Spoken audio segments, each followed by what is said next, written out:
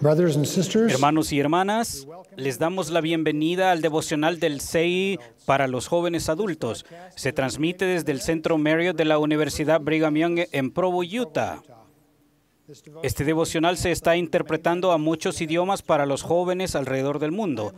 Soy Richard Heaton, presidente del Estaca 19 de adultos solteros de Provo, Utah.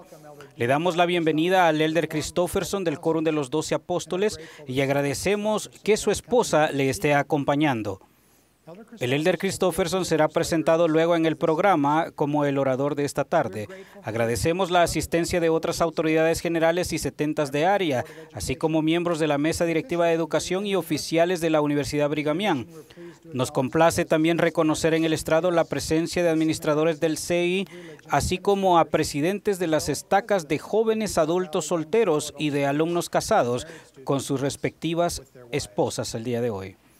Les recordamos que el domingo 2 de noviembre de 2014, el Elder Donald L. Armstrong de los 70, de la presidencia de los 70, será el orador del devocional del CEI. Comenzaremos esta tarde con el coro y la congregación entonando el himno en Himnos de Alabanza, número 75 del Himnario de Inglés. Agradecemos a la hermana Robin Johnson, quien dirigirá la música, y a Sherry Peterson del barrio Spring Creek número 2, quien acompañará. Después del himno, Tracy Bounds del barrio Spring Creek ofrecerá la primera oración.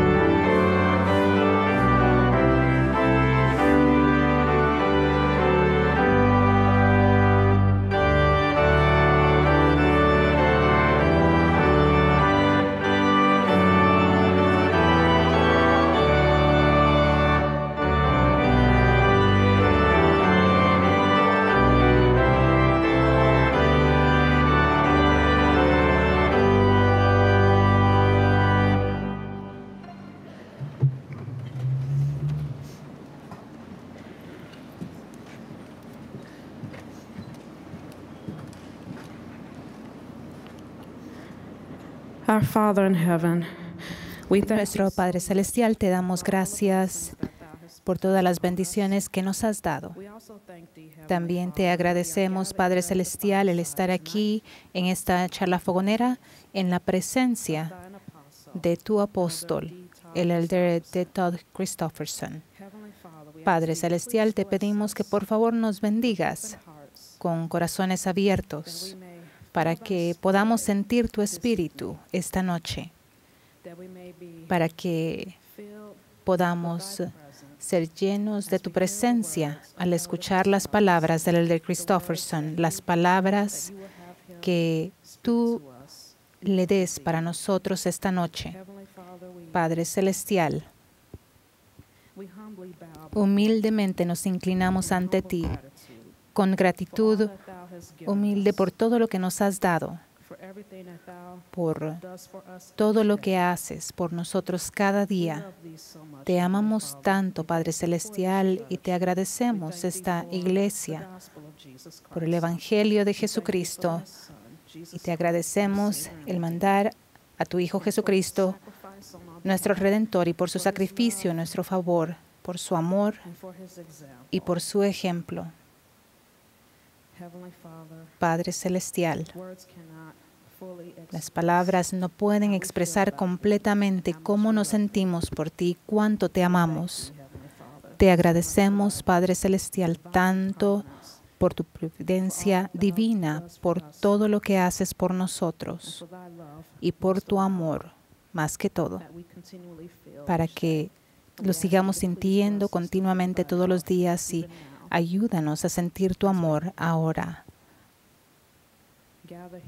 Al reunirnos aquí humildemente para alimentarnos con tu palabra y sentir tu presencia, pedimos para que sintamos tu presencia, Padre Celestial. Te amamos tanto, Padre Celestial.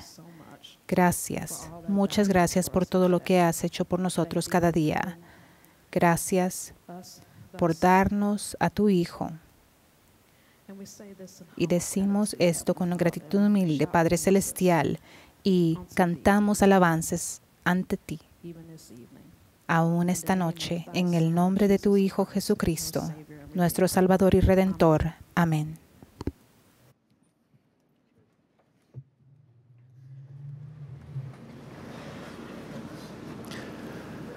Esta tarde nos acompaña un coro combinado de los institutos de religión del Valle de Salt Lake. El coro cantará Tranquila, alma mía.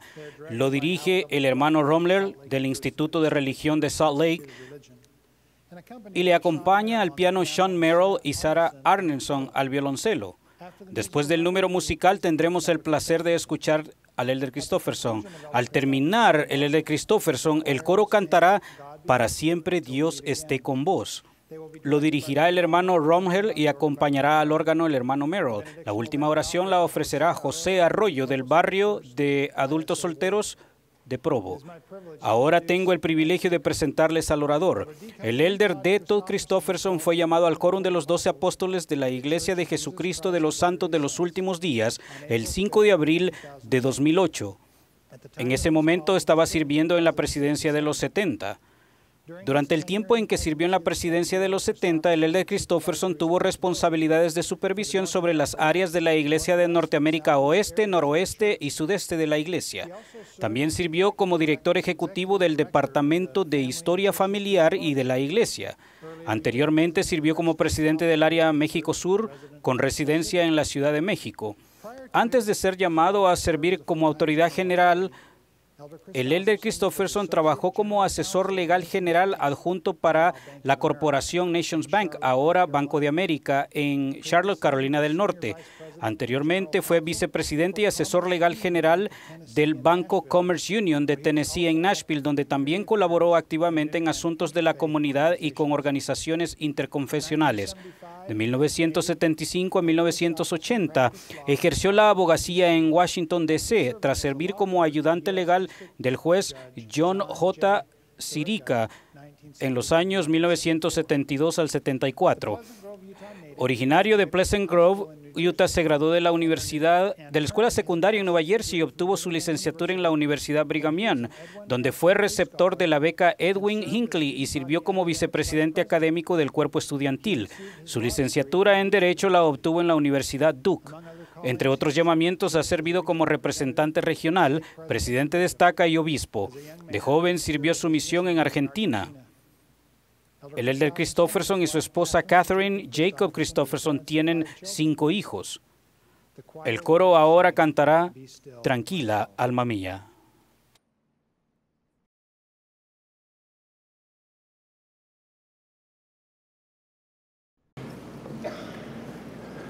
Thank you very much. Muchas gracias.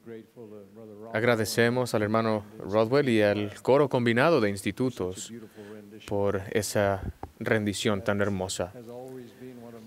Ha sido siempre uno de mis himnos favoritos, en especial cuando dice que cuando los vientos aún conocen su voz, la cual es su amo.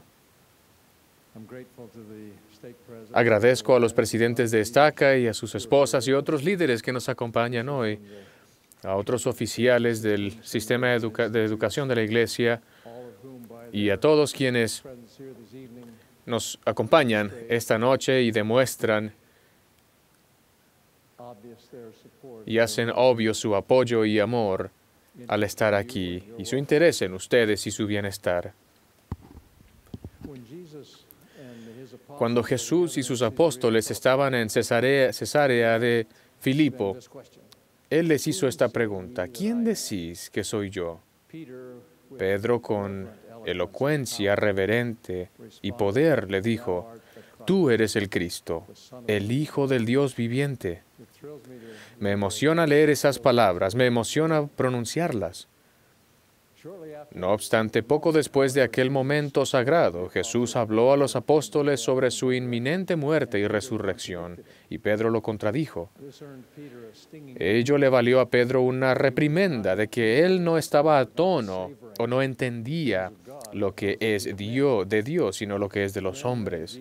Luego Jesús, demostrando mayor amor hacia él, a quien había reprendido, incluyó con bondad una instrucción a Pedro y sus hermanos sobre hallar la vida abundante y tomar nuestra propia cruz y encontrar la vida eterna, siendo Él mismo el ejemplo perfecto. Veamos la representación de ese suceso en uno de los videos de la Biblia producidos por la Iglesia. El Hijo del Hombre tenía que padecer mucho a manos de los ancianos y de los principales sacerdotes y de los escribas, y ser muerto y resucitar. Señor, ten compasión de ti mismo. En ninguna manera te contesta esto. Quítate de delante de mí, Satanás. Me eres tropiezo, porque no entiendes lo que es de Dios, sino lo que es de los hombres. Si alguno quiere venir en pos de mí, niéguese a sí mismo y tome su cruz y sígame. Porque todo el que quiera salvar su vida la perderá, y todo el que pierda su vida por causa de mí la hallará.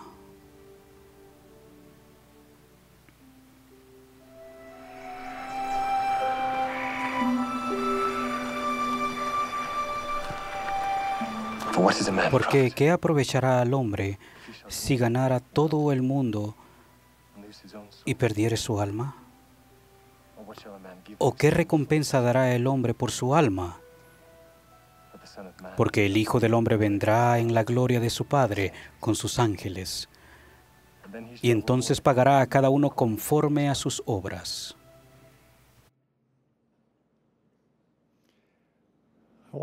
Quiero hablarles sobre la afirmación aparente paradójica del Salvador: el que halla su vida la perderá, y el que pierde su vida por causa de mí la hallará.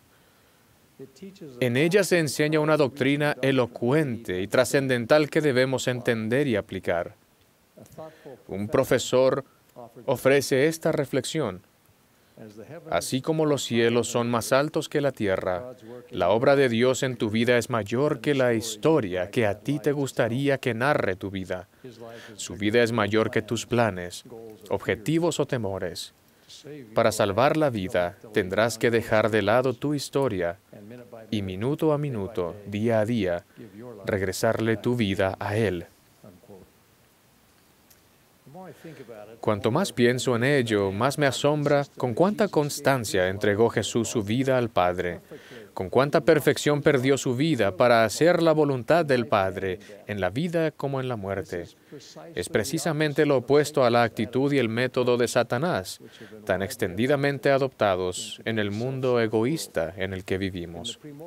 En los concilios preterrenales, al ofrecerse para cumplir la función de Salvador en el plan del Padre, Jesús dijo: Padre, hágase tu voluntad y sea tuya la gloria para siempre. Lucifer, por el contrario, dijo: Heme aquí, envíame a mí. Seré tu hijo y redimiré a todo el género humano, de modo que no se perderá ni una sola alma, y de seguro lo haré. Dame, pues, tu honra.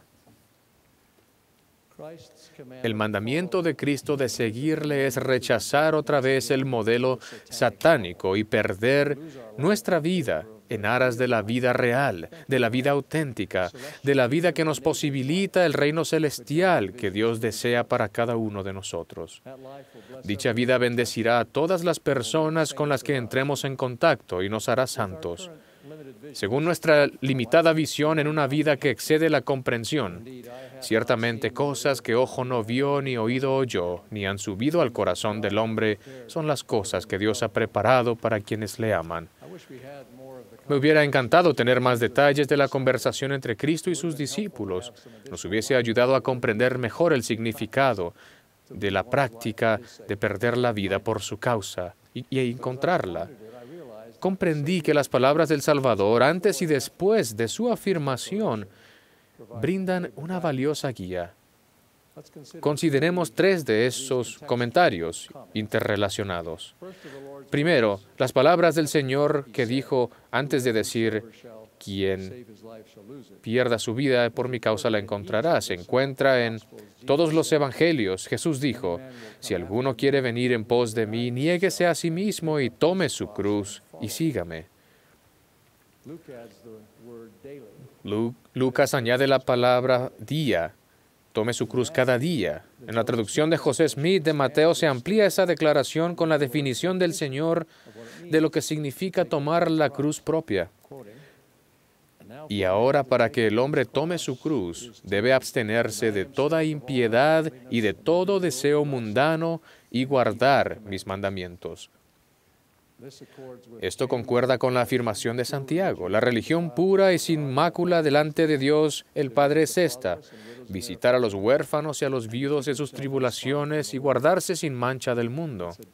Se trata de una vida diaria de abstención de todo lo que sea impuro, guardando los 2 grandes mandamientos a la misma vez: amar a Dios y al prójimo, de los que dependen todos los demás mandamientos. Por consiguiente, uno de los elementos del perder la vida procurando la mejor vida que el Señor desea para nosotros consiste en tomar su cruz día a día. A cualquiera una segunda declaración sugiere que hallar la vida al perderla por su causa y el Evangelio supone la disposición de hacer nuestro discipulado que se manifieste en público. Porque el que se avergonzare de mí y de mis palabras en esta generación adúltera y pecadora, también el Hijo del Hombre se avergonzará de él cuando venga en la gloria de su Padre con los santos ángeles. En otra parte de Mateo hallamos una afirmación semejante. A cualquiera, pues, que me confiese delante de los hombres, yo también le confesaré delante de mi Padre que está en los cielos. Y a cualquiera que me niegue delante de los hombres, yo también le negaré delante de mi Padre que está en los cielos. Un significado obvio y más bien contemplativo de perder la vida, confesando a Cristo, es perderla literalmente, físicamente, al sostener y defender la creencia en Él. Nos hemos acostumbrado a considerar que ese requisito extremo corresponde a la historia al leer sobre mártires de épocas pasadas, entre ellos los apóstoles de antaño. Pero ahora vemos que lo que era algo histórico está llegando al presente. Hay informes de noticias de Irak y Siria que hablan de extremistas islámicos que expulsaron de sus casas o asesinaron a cientos de personas cristianas y otras minorías durante los últimos meses. Los terroristas exigen que esos cristianos se conviertan al islamismo o que abandonen sus poblados o mueran. Los cristianos no lo negarán.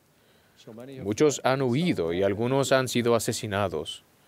Sin duda, esas almas estarán entre aquellas de quienes el Salvador no se avergonzará en confesar delante de su Padre en el futuro. No sabemos lo que el futuro podría depararnos, pero si alguno de nosotros debe afrontar la desgracia de perder la vida en la causa del Maestro, confío en que mostremos el mismo valor y lealtad. No obstante, la aplicación más común y a veces más difícil de la enseñanza del Salvador se relaciona con la manera en que vivimos día a día. Concierne las palabras que decimos, el ejemplo que damos. Nuestra vida debe confesar a Cristo y junto con nuestras palabras debe testificar de nuestra fe en Él y nuestra devoción a Él. Y ese testimonio se debe defender con resolución ante la burla, la discriminación o la difamación por parte de quienes se oponen a Él en esta generación adúltera y pecadora, como la llamó el Salvador. En una ocasión diferente, el Salvador dijo esta declaración en cuanto a nuestra lealtad. No penséis que he venido para traer paz a la tierra. No he venido para traer paz, sino espada. Porque he venido para poner en disensión al hombre contra su padre, y a la hija contra su madre, y a la nuera contra su suegra. Y los enemigos del hombre serán los de su casa. El que ama al padre o a la madre más que a mí, no es digno de mí. Y el que ama al hijo o a la hija más que a mí, no es digno de mí. Y el que no toma su cruz y sigue en pos de mí, no es digno de mí. Decir que no ha venido para traer paz, sino más bien espada, parece en principio una contradicción a los pasajes que se refieren a Cristo como el príncipe de paz y a lo proclamado en su nacimiento. Gloria a Dios en las alturas y en la tierra paz, buena voluntad para con los hombres. Y otras referencias bien conocidas como la paz os dejo, mi paz os doy. Creo, cierto es que Cristo vino a traer paz, la paz entre el creyente y Dios, y la paz entre los hombres. Sin embargo, el resultado inevitable de la venida de Cristo es el conflicto. El conflicto entre Cristo y el anticristo, entre la luz y las tinieblas, entre los hijos de Cristo y los hijos del diablo. Dicho conflicto puede ocurrir incluso entre los miembros de una misma familia. Estoy seguro de que algunos de ustedes, en nuestra audiencia de todo el mundo esta noche, han experimentado personalmente lo que el Señor expresa en estos versículos. Han sido quizás rechazados por sus padres o sus madres, hermanos o hermanas, y aislados a medida que aceptan el Evangelio de Cristo y hacen convenios con Él. De una u otra manera, la primacía de su amor por Cristo ha requerido el sacrificio de relaciones que les eran preciadas y han derramado muchas lágrimas. Sin embargo, aunque no merma el amor que sienten, se mantienen firmes bajo esa cruz, demostrando que no se avergüenzan del Hijo de Dios. Hace unos 3 años, un miembro de la iglesia entregó un ejemplar del Libro de Mormón a un amigo Amish de Ohio. El amigo empezó a leer el libro ávidamente. Durante 3 días no deseaba más que leer el Libro de Mormón. Él y su esposa se bautizaron y en el término de 7 meses, 3 matrimonios Amish se convirtieron y bautizaron en la iglesia. Sus hijos se bautizaron algunos meses después. Esas 3 familias decidieron permanecer en su comunidad y mantener su forma de vida Amish, aunque habían dejado dicha religión. Sin embargo, como resultado de bautizarse, se vieron sujetos al aislamiento por parte de sus vecinos y amigos. El aislamiento implica que nadie de la comunidad Amish les hable, ni trabaje, ni comercie, ni se relacione con ellos de ninguna manera. Incluye no solo a los amigos, sino también a los miembros de la familia, hermanos, padres y abuelos. Al principio, aquellos santos Amish se sintieron muy solos y aislados, cuando incluso sus hijos se vieron sujetos al aislamiento y la expulsión de las escuelas por haberse bautizado y ser miembros de la Iglesia de Jesucristo de los Santos de los Últimos Días. Los hijos han soportado el aislamiento por parte de los abuelos, primos y vecinos cercanos. Tampoco algunos de los hijos más grandes de esas familias Amish que no han aceptado el Evangelio les hablan, ni se relacionan con sus padres, ni los aceptan como tales. Estas familias han batallado para recuperarse de los efectos sociales y económicos, pero están logrando éxito. Su fe se mantiene firme. La adversidad y la oposición del aislamiento han causado que sean firmes e inmutables. Un año después de bautizarse, las familias se sellaron en el templo y siguen asistiendo fielmente al templo cada semana. Han hallado fortaleza en recibir las ordenanzas y concertar y honrar sus convenios. Todos están activos en sus congregaciones, en su congregación, y siguen buscando maneras de compartir la luz y el conocimiento del Evangelio con su familia extendida y comunidad mediante actos de bondad y servicio. Sí, el costo de unirse a la Iglesia de Jesucristo puede ser muy alto, pero la admonición de preferir a Cristo por encima de todos los demás, aún de nuestros familiares más cercanos, se aplica a quienes quizás hayan nacido en el convenio. Muchos de nosotros han llegado a ser miembros de la Iglesia sin oposición, tal vez en la infancia. El reto que podríamos afrontar es mantenernos leales al Salvador y su Iglesia, ante padres, parientes políticos, hermanos, incluso hijos, cuyas conductas, creencias o decisiones hagan imposible que los apoyemos a ellos y a Él. No es una cuestión de amor. Podemos y debemos amarnos los unos a los otros como Jesús nos ama. Como dijo, en esto conocerán todos que sois mis discípulos, si tenéis amor los unos por los otros. Sin embargo, el Señor nos recuerda, el que ama al padre o a la madre más que a mí no es digno de mí, y el que ama al hijo o a la hija más que a mí no es digno de mí. Así que, aunque el amor familiar continúa, la relación podría interrumpirse, y según las circunstancias, a veces podría suspenderse aún el apoyo o la tolerancia por causa de nuestro amor primordial. Y en realidad la mejor forma de ayudar a nuestros seres queridos, la mejor forma de amarlos, es continuar poniendo al Salvador primero. Si soltamos la mano del Señor y nos alejamos debido a la compasión de otros que están sufriendo angustias, perderemos el medio por el cual podríamos ayudarles. Si por el contrario nos mantenemos firmemente arraigados en la fe, estamos en una posición de recibir y ofrecer ayuda divina. Sí, o debería decir cuando llega el momento en que un amado familiar quiere desesperadamente tornarse a la única fuente de ayuda verdadera y perdurable, sabrá a quién ir y en quién confiar como guía y compañero. Mientras tanto, con el don del Espíritu Santo como guía, podremos ministrar de modo constante para reducir el dolor de las malas decisiones y vendar las heridas al grado que se nos permita. De otro modo, no servimos ni a quienes amamos ni a nosotros mismos. El tercer elemento de perder nuestras vidas en la causa del Señor que quiero mencionar se encuentra en las palabras del Salvador.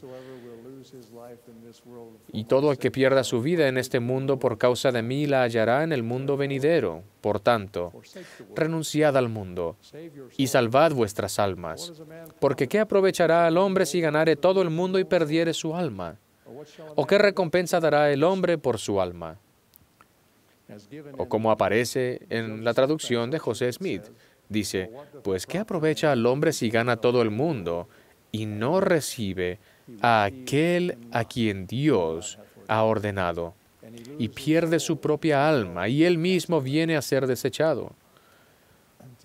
Decir que dejar de lado al mundo para recibir a aquel a quien Dios ha ordenado es impopular en el mundo actual. Sin duda, las prioridades y los intereses que más a menudo vemos generalmente a nuestro alrededor y a veces en nosotros son intensamente egoístas. El anhelo de recibir reconocimiento, la insistente exigencia de que se respeten los derechos de uno, incluso el supuesto derecho de que no se nos ofenda. El ferviente deseo de dinero, objetos y poder. El sentimiento de creerse con derecho a una vida de comodidad y placer. El objetivo de reducir las responsabilidades y evitar por completo todo sacrificio para bien de otros, por mencionar solo algunos. No quiere decir que no debamos procurar alcanzar el éxito ni sobresalir en empresas loables, incluso la formación y el trabajo honrado. Este año, Jed Rubenfeld y Amy Chua son marido y mujer y profesores de la Facultad de Derecho de Yale. Publicaron un libro titulado El Triple Package, cómo tres tipos de personas vencen a las culturas y grupos en América. Sus 6 de los tomos en los grupos en los Estados Unidos prosperan más que otros debido a 3 características. Chua y Rubenfeld mencionan a los mormones, los judíos, los orientales, los inmigrantes de África Occidental, descendientes de aborígenes y a los cubanos, como grupos del actual Estados Unidos que poseen estas características. Al comparar dichos grupos con la sociedad estadounidense y la sociedad en general, tomando en cuenta los ingresos, logros académicos, liderazgo empresarial, logros profesionales y otros parámetros convencionales, Chua y Rubenfeld dicen, si hay un grupo en Estados Unidos que hoy en día tiene un gran éxito convencionalmente hablando, es el de los mormones.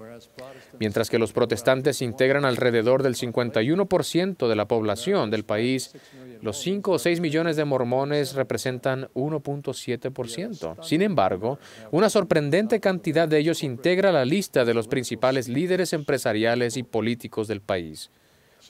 Sin duda, tales logros son loables. Pero si hemos de proteger nuestra alma, debemos recordar siempre que estos no son fines en sí, sino medios para otro fin más excelso. En nuestra religión, no hemos de ver los éxitos políticos, comerciales, académicos u otros como lo que nos define, sino como lo que posibilita el servicio a Dios y al prójimo, comenzando en el hogar y extendiéndonos hasta donde sea posible en el mundo. El desarrollo personal tiene un valor que contribuye al desarrollo de los atributos cristianos. Al evaluar el éxito, reconocemos la verdad detrás de todo lo demás, que nuestra vida le pertenece a Dios, nuestro Padre Celestial, y a Jesucristo, nuestro Redentor. El éxito significa vivir en armonía con su voluntad.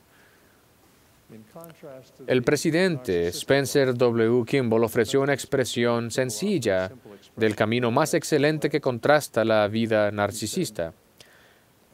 El prestar servicio a nuestros semejantes hace más profunda y dulce esta vida mientras nos preparamos para vivir en un mundo mejor. Al embarcarnos al servicio de nuestro prójimo, no solamente los ayudamos con nuestras acciones, sino que también ponemos nuestros problemas en la debida perspectiva. Si nos preocupamos más por otras personas, tendremos menos tiempo de preocuparnos por nosotros. En medio del milagro del servicio está la promesa de Jesús de que si nos perdemos en servir, nos hallaremos a nosotros mismos.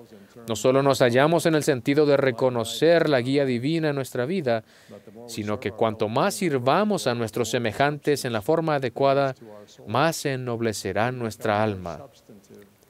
Al prestar servicio nos convertimos en mejores personas. Es más fácil encontrarnos porque hay más que encontrar. Permítanme concluir con algunos ejemplos de lo que significa aplicar esto en la vida diaria. El de perder nuestra vida por su causa y encontrarnos en la vida eterna. El presidente Henry B. Eyring era rector del colegio universitario Ricks, que es ahora Brigham Young, Idaho, en junio de 1976, cuando colapsó la recientemente terminada represa Teton Dam, cercana a Rexburg. 300 millones de metros cúbicos de agua se precipitaron hacia Rexburg a 65 kilómetros por hora, arrasando todo a su paso. Muchas personas de la comunidad reaccionaron heroicamente al ayudar a los demás, aun cuando la inundación había destruido su propia casa. Sin embargo, algunos abandonaron incluso a sus seres queridos y los dejaron librados a su suerte. El presidente Eyring, quien dirigía la labor de un importante grupo de socorro, quiso comprender a qué se debía la diferencia entre la reacción heroica de algunos y la traición de otros. Encargó un estudio pequeño, pero científicamente relevante. Solo hubo algo que pudimos determinar, y luego se lo contó a un grupo de gente graduada. Los que actuaron como héroes habían sido las personas que recordaban y guardaban compromisos en las cosas pequeñas. La promesa de quedarse a limpiar tras una cena, de quedarse en la iglesia o de trabajar en una actividad de sábado destinada a ayudar al vecino. Los que abandonaron a sus familias cuando todo era difícil a menudo habían abandonado sus obligaciones cuando eran más sencillas. Tenían la costumbre de no guardar su palabra, de realizar las pequeñas cosas cuando el sacrificio que debía hacer era minúsculo. Y lo que habían dicho que habrían hubiera resultado fácil cuando el precio fue alto. No pudieron pagarlo. La hermana Christopherson y yo conocimos a una amiga cuando estábamos en la escuela, una miembro de nuestro barrio en Carolina del Norte. Ella y su esposo tenían un joven matrimonio, ideal con niños pequeños. Eran inteligentes, atractivos y radiantes. Todos la admiraban a ella y disfrutaban relacionarse con la hermana. Unos 25 años después, cuando tenía 40 y tantos años, contrajo una forma agresiva de cáncer en el estómago que era incurable y se propagó al hígado y pulmones.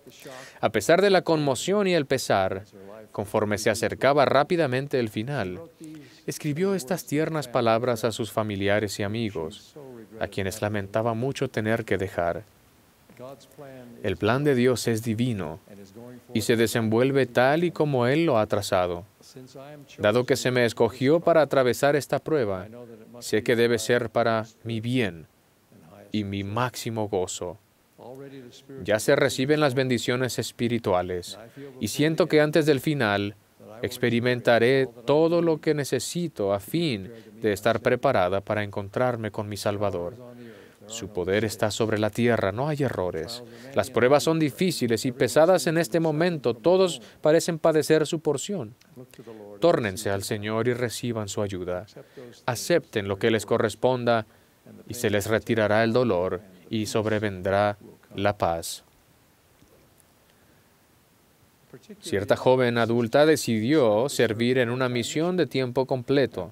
Tras haber cursado estudios universitarios y de posgrado, y después de haber participado en prestigiosos programas de estudio y de pasantías tanto en el país como en el extranjero, había cultivado la capacidad de conectarse con las personas y ponerse en los zapatos de gente de casi todos los credos, ideas, políticas y nacionalidades. Y le preocupaba que llevar la placa misional todo el día, todos los días, interfiriera con su habilidad excepcional para entablar vínculos. Tras solo unas semanas en la misión, escribió a casa y relató una experiencia sencilla pero significativa. La hermana Lee y yo, una de cada lado, le pusimos pomada en las manos a una anciana que tenía artritis mientras se sentaba en su sala. No quería escuchar ningún mensaje con palabras, pero sí nos permitió cantar. Le encantó que cantáramos. Gracias, placa misional, por concederme licencia para tener experiencias tan cercanas con completos desconocidos. Mediante lo que sufrió, el profeta José Smith aprendió a perder su vida al servicio de su maestro y amigo. Una vez dijo, me impuse esta regla, cuando el Señor te lo mande, hazlo. Pienso que todos estaríamos satisfechos de alcanzar el nivel de fidelidad del hermano José. Aún así, una vez se le forzó a languidecer durante meses en la cárcel de Liberty, sufriendo físicamente, pero probablemente más emocional y espiritualmente, al no poder ayudar a su amada esposa, sus hijos, ni a los santos mientras padecían atropellos y persecución. Sus revelaciones y liderazgo los habían llevado a Missouri para establecer Sion, y ahora se los expulsaba de sus casas en invierno, y tenían que atravesar el estado entero. A pesar de todo, en las condiciones de aquella cárcel, redactó una inspirada y extensa carta dirigida a la iglesia con la prosa más elegante y edificante, partes de la cual comprenden ahora las secciones 121, 122 y 123 de Doctrina y Convenios.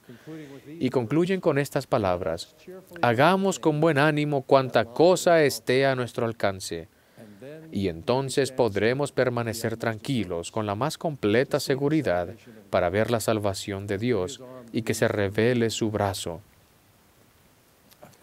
Por supuesto, el mayor ejemplo de salvar la propia vida al perderla es este: Padre mío, si no puede pasar de mí esta copa sin que yo la beba, hágase tu voluntad. Al dar su vida, Cristo no salvó solo la vida de Él, sino la de todos. Hizo posible que cambiáramos lo que sería una vida mortal, limitada y vana por una vida eterna. El tema de la vida del Salvador es: yo hago siempre lo que al Padre le agrada. Si lo hacen, salvará su vida. Espero que lo hagan su esfuerzo diario. Si lo hacen, van a salvar su vida. Mis queridos jóvenes amigos, conténtense con poner su voluntad en primer lugar. Piérdanse a sí mismos en su voluntad. Aprendan a querer lo que Él quiere. Confiésenlo y reconózcanlo en todos los aspectos de la vida. No se avergüencen de Cristo ni de su Evangelio, y estén dispuestos a dejar de lado por Él aquello que atesoren, relaciones, la vida misma. No obstante, mientras vivan, permitan que su vida sea una ofrenda. Tomen su cruz cada día con pureza, obediencia y servicio. Estas son las implicaciones y los frutos de nuestra fe. En el nombre de Jesucristo. Amén.